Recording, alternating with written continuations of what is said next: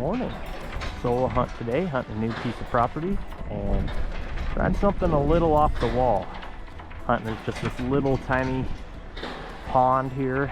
There is virtually no cover around it. And lots of bird sign. Some scat, some tracks, feathers. So figured we're gonna try it.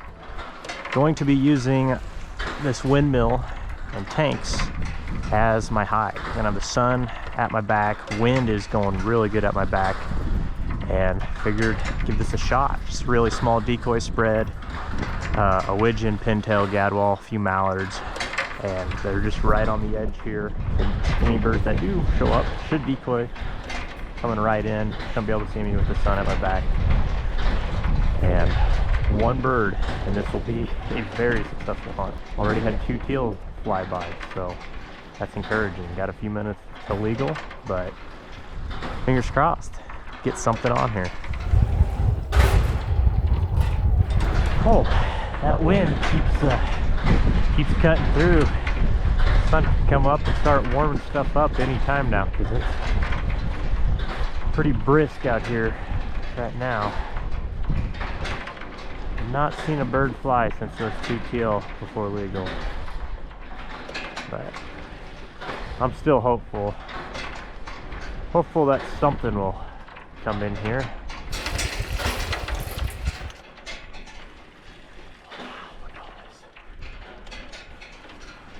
Tons of geese.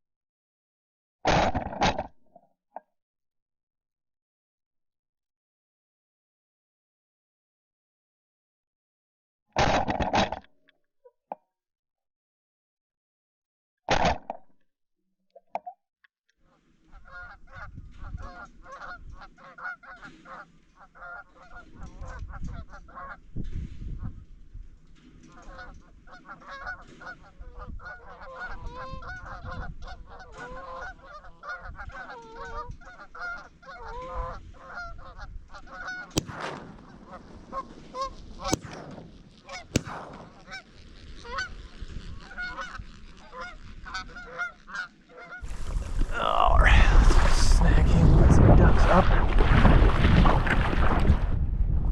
That is awesome. First honker of the season, and they came in just beautifully. I mean, I saw some goose sign out here.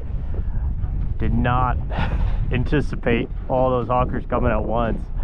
That was crazy. Unfortunately, couldn't hit the second one I was aiming at, but I am more than satisfied with that. That is just really awesome. Make him into a sleeper here. Figured this was worth a shot, and that is awesome. Got a hawk or something flying out there. What an amazing morning. Just beautiful little pool here, and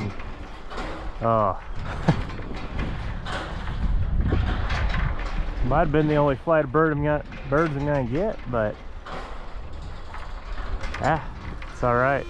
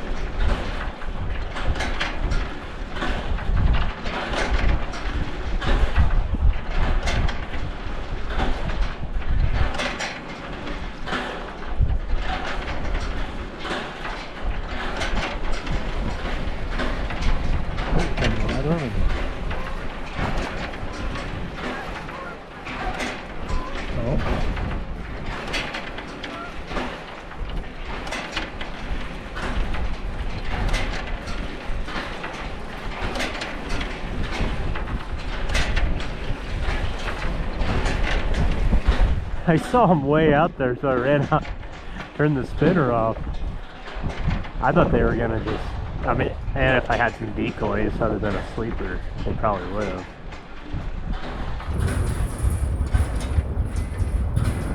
And I am calling that a day. Ended with one Canada goose, but that was more than enough for me. I came out, hunted this windmill overflow, just really small little body of water, threw out a small decoy spread. I was expecting maybe a teal or a mallard if I was lucky, not a bunch of geese coming in, but holy smokes, what an awesome, awesome hunt. Always wanted to try something like this, and it worked. This was probably one of the cooler hunts I've ever done.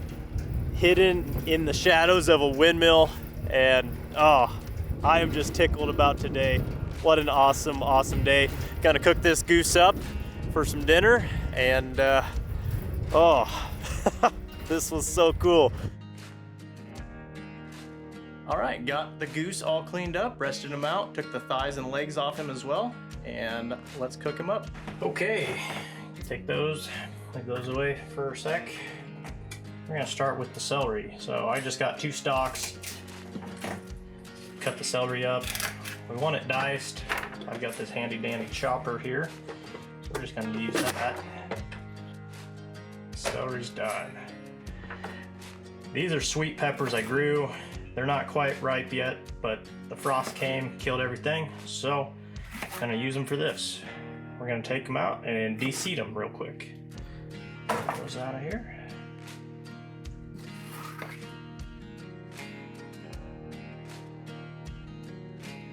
Okay, got those all de-seeded. We're gonna just dice them up too.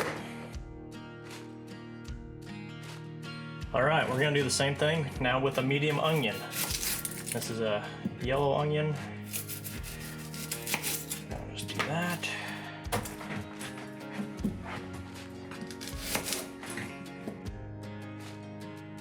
And there we go. So we've got our onion, our peppers, and our celery all diced up, chopped up in this little thing. You don't have to use one of these. You can just use a knife if you want to. You also don't have to use sweet peppers. You can use bell peppers, jalapenos, whatever. If you want a little more kick, use something spicier. I just had the sweet peppers on hand. So now we'll take those, make sure we get everything here. We will throw it on the bottom of the crock pot here. You want to kind of just evenly distribute it, like so. And we'll take our goose. Doesn't really matter. We're gonna just stack that in there. There's our goose, all nice and nestled on top. And we got these are beef bouillon cubes. And I'm putting 2 of these in there. And 2. Gonna add just a dash of Worcestershire sauce here. Just like so. And some garlic. Just sprinkle it on top. There we go. That's what we're looking at now.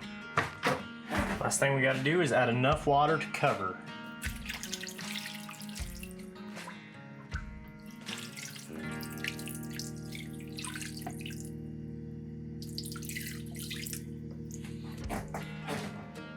All right, lid on and turn it to low.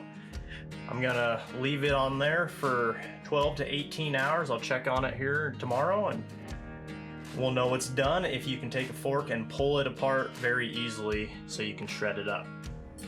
Okay, 18 hours later and moment of truth. Put that aside there. Oh, that is what you want to see. Easily to shred. So I will drain the juice and we will get all this shredded up.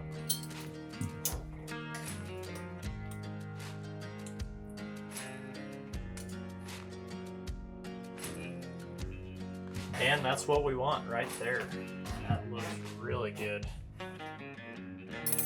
We're just gonna shred this up really quick. And it should just be super easy. If it's not, throw it back in for a couple more hours.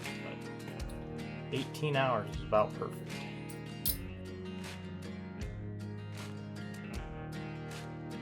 Legs.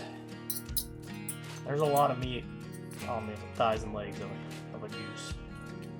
Knock that out. Usually not too much for bone. Pheasant or crane, you'll get a lot more tendons, but that's about. Got there. Shred that up.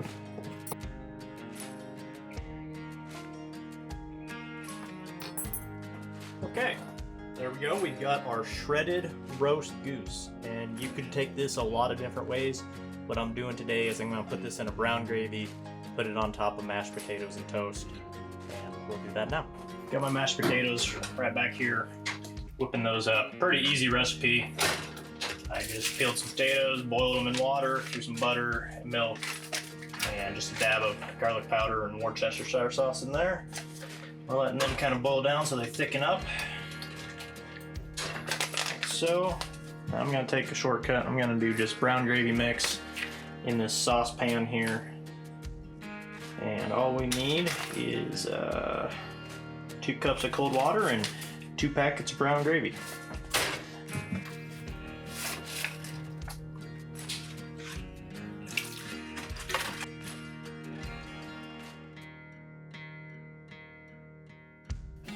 Alright, so there's our gravy. Now we're going to add the meat.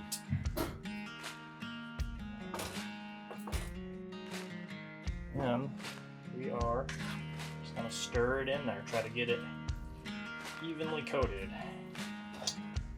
There we are. One last thing to do.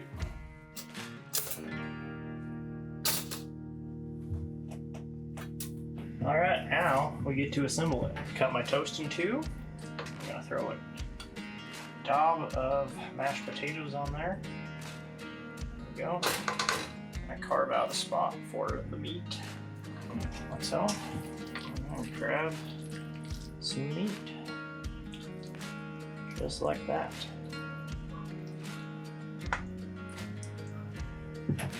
And that is hot goose and gravy. And now for the most important part, taste test. A little bit of toast in there, potato, and meat, most importantly.